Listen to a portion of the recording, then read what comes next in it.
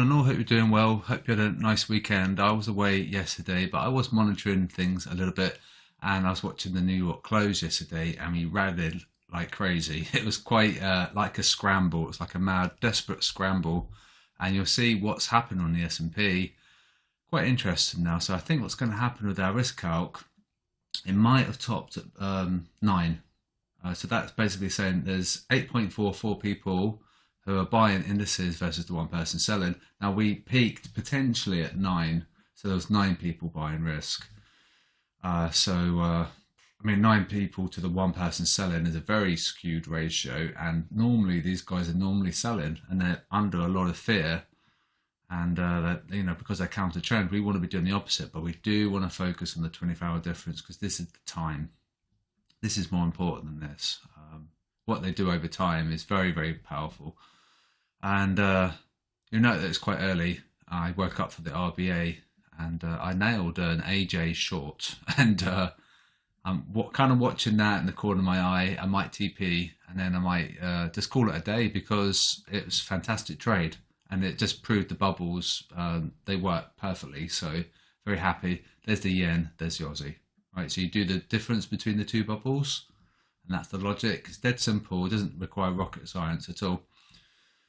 Yields fell, so that could indicate a little bit of softening around the USD, but we are very high as well, and we're out of bonk, which you can see, and we don't want to see these getting any higher, really, because it just means more risk off. And VIX is above its 52-week midpoint, and it's got the 30 handle here, which I probably should mention. That's an important psychological number. It might hold 30. If it does, then we'll be risk off. VIX is an important metric to check.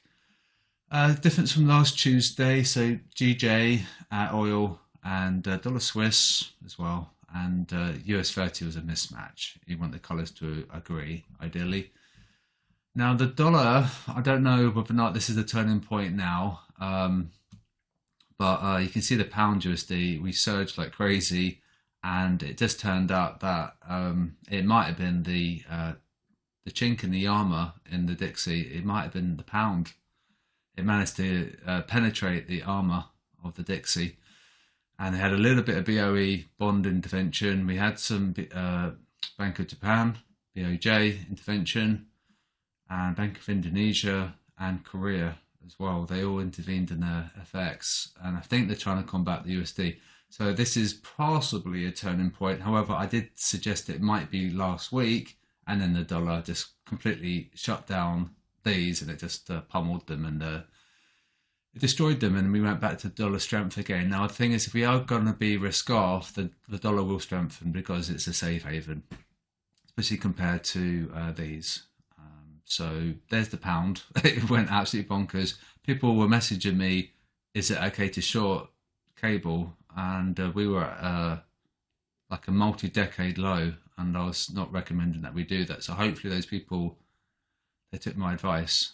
And remember, you can just ask me as well. That's really important, that if you've got an idea and you want someone to verify it, ask me, because you could have just taken that short and you would have just got completely blown up. Right, and there's also a couple of you guys who don't know about lot size as well. So in Discord, you need to check the risk management videos. You do need to know what size for your account that you need to be using, your lot size. You wouldn't want to be using like large lot sizes on a small account because you will get blown up. So make sure you watch the risk management videos in Discord. That's that. It's really, really important to have risk management. I can't stress it enough. Otherwise, you'll blow your account. You'll fund it and think that you've learned, but then you'll repeat those mistakes and you'll blow your account again. You need to have it at the forefront of your mind, and that way you'll never blow your account. You'll never have large losses if you respect the size of your account. So this requires maybe a little bit of risk off, to be honest with you, and you'd want to be checking the bubbles for sure. So just check the spreadsheet every now and again. And if you want to join, there's the £8 daily bulletin tier. Then there's the basic content, and we've filled the seats now. We had some seats open, and now they've been fulfilled, and so we're going to run another promotion in November. However, if you did want to join, then that's the price that you get, basic content. And if you want to join, if you've got an FX SSI subscription already and you're paying for their products, then you get a discount, Quasidb as well.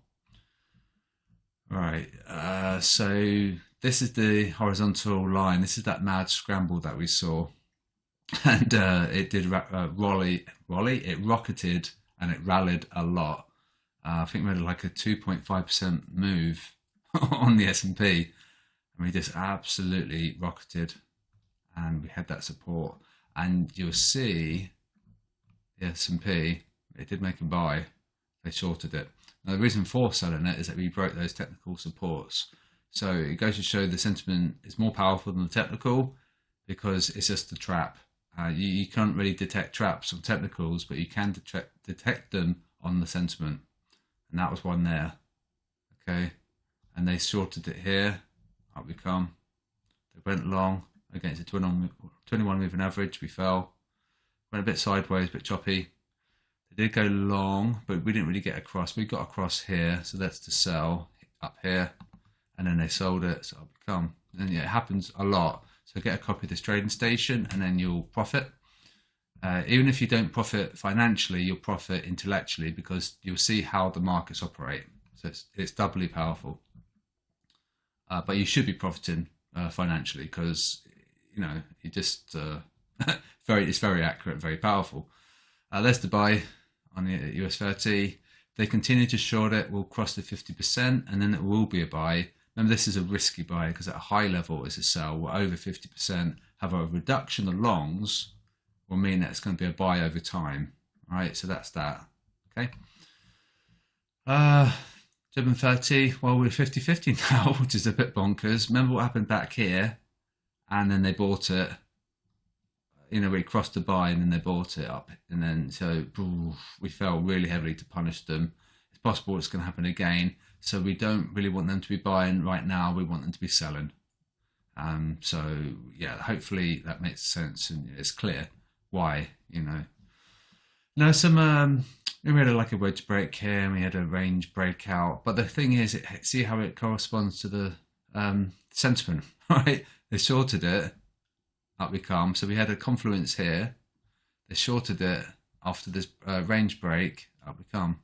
So you could have just had a stop there, enter probably a 5R, maybe 6R trade, and your stop probably would have been about there. So you're looking for like a 1.5R here, had you taken profit up here. So hopefully that's clear. Your stop would be here, your entry would be there. So it's probably about a 1.5, maybe just a 1R trade there, but you can see how it works. Today's liquidity targets, these are the SLCs, so the stop loss clusters. The largest stop loss cluster is UJ at 4.5 in size. The location is there, and we're bordering on BOJ intervention, and so that could be the final destination, but we don't really know what's going to happen. No one knows for sure. 145 could be their level that they're looking at, or it could be 150. I imagine 150 and above, then they'll just have to clamp down, and then they'll force that price down. So you've got to be very, very careful. And we've got central banks intervening in things. Gold is undecided, and 50-50 now. So the failure rate is okay. Yen is not behaving so well. If that improves, then this is going to help the big picture. It's currently paying the retail guys a lot on their yen exposure, but it happens, and we have seen it worse. This time last week we were 30%.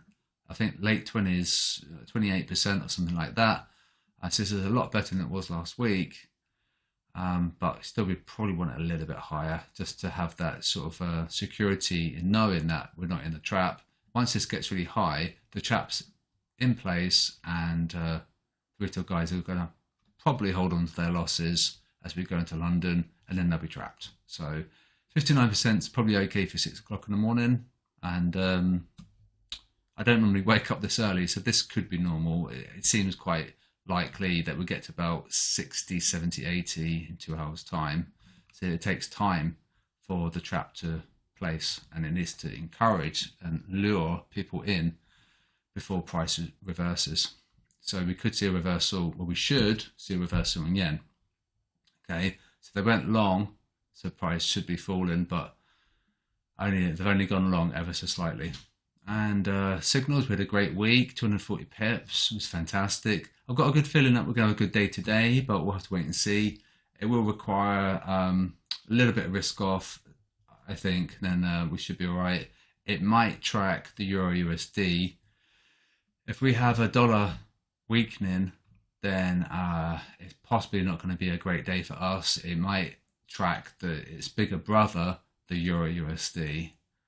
And that's how I traded the day. It's not the Euro USD, but it's something similar. I don't want to give too much away because you need to subscribe to see the trade of the day, but it will depend on what happens here, and we are neutral. So we're going to have a bit of a flip-flop day of the technicals, potentially.